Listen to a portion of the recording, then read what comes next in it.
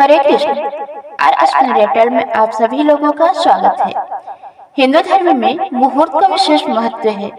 ग्रह नक्षत्र की गणना के आधार पर ही ये माना जाता है कि कोई भी कार्य को करने के लिए वह समय उचित है या नहीं।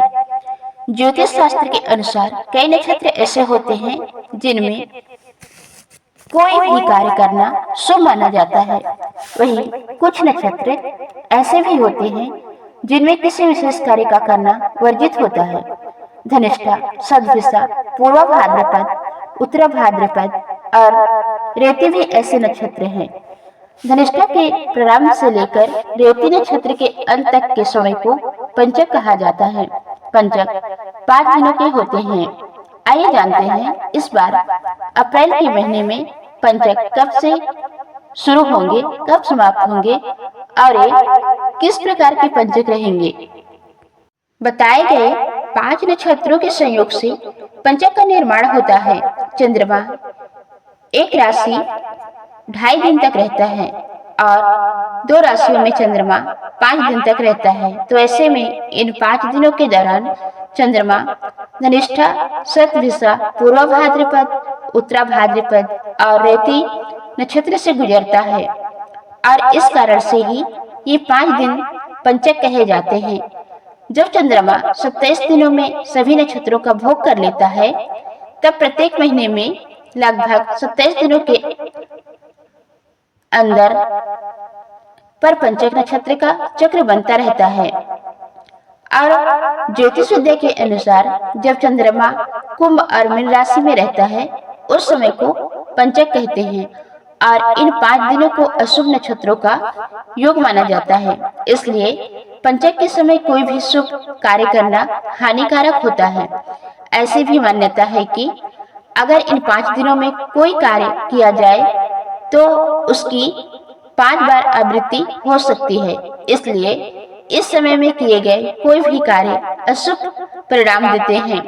विवाह, मुंडन जैसे मांगलिक कार्य को पंचक के दौरान नहीं करना चाहिए। पंचक काल या पंचक योग का मनुष्य पर प्रभाव पड़ता है और दिनों के अनुसार पंचकों के नाम भी निर्धारित होते हैं। जैसे कि रविवार के दिन से शुरू होने वाला पंचक रोग पंचक, सोमवार से शुरू होने वाला पंचक राज पंचक, मंगलवार से शुरू होने वाला पंचक अग्नि पंचक, शुक्रवार से शुरू होने वाला पंचक चोर पंचक और शनिवार के दिन से शुरू होने वाला पंचक मृत्यु पंचक कहलाता है। इसके अलावा बुधवार या गुरुवार के दिन से शुरू होने वाला पंचक सामान्य पंचक होते हैं, जिनमें जो 5 कार्य होते हैं जो कि पंचक के दिनों में करने से पूरी तरह बचना चाहिए। उनके अलावा सभी कार्य जो सामान्य पंचक है उस दौरान कर सकते हैं।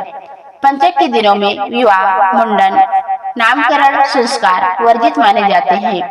इन कार्यों को पंचक काल के समय करने की मनाही होती है। दक्षिण दिशा की भी तरफ यात्रा करने, भ्रमण करने से बचना चाहिए और अगर आपको उस दिशा में जाना आवश्यक है तो आप हनुमान जी की पूजा करके हनुमान जी को भोग लगाकर फिर दक्षिण दिशा की यात्रा कर सकते हैं। ऐसा करने से या यात्रा में पंचक काल का दोष कम हो जाता है।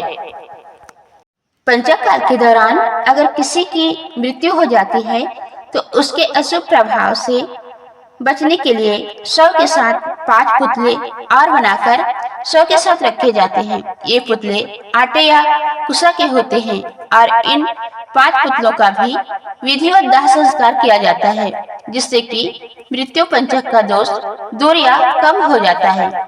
आइए अब जान लेते हैं अप्रैल महीने में लगने वाले पंचक के बारे में। हिंदी पंचांग के अनुसार इस बार 13 अप्रैल को सोमवार के दिन धनिष्ठा नक्षत्र और वरुधनी एकादशी का मेल हो रहा है। ये कोई सामान्य तारीख नहीं है। ग्रंथों में इस मेल को विशेष माना गया है और पंचांग के अनुसार 13 अप्रैल दिन सोमवार को पंचक सुबह 3:44 से शुरू होगा। इस दिन दोपहर 4:04 तक धनिष्ठा नक्षत्र रहेगा।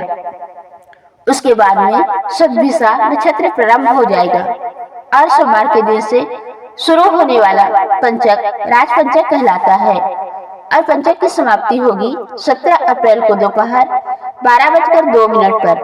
पंचक के दिनों में दक्षिण दिशा की यात्रा करना, चारपाई या बिस्तर बनवाना, घर की नई छत ढलवाना, नाखून या बाल काटना भी वर्जित माना जाता है। इस बार पंचक के दिनों में वरुथनी एकादशी, प्रदोष व्रत, मासिक शिवरात्रि और वैशाख अमावस्या पड़ने वाले हैं। पंचक की समाप्ति 17 अप्रैल दिन शुक्रवार को वैशाख अमावस्या के दिन होगी। इसके बाद से आप कोई भी कार्य अपनी कुंडली तथा राशि के अनुसार करा सकते हैं। और इस बार 14 अप्रैल मंगलवार के दिन खरमास भी समाप्त हो जाएगा। तो दोस्तों, ये थी आज की जानकारी। अगर वीडियो अच्छी लगे तो वीडियो को लाइक और चैनल को सब्सक्राइब जरूर करें। धन्यवाद।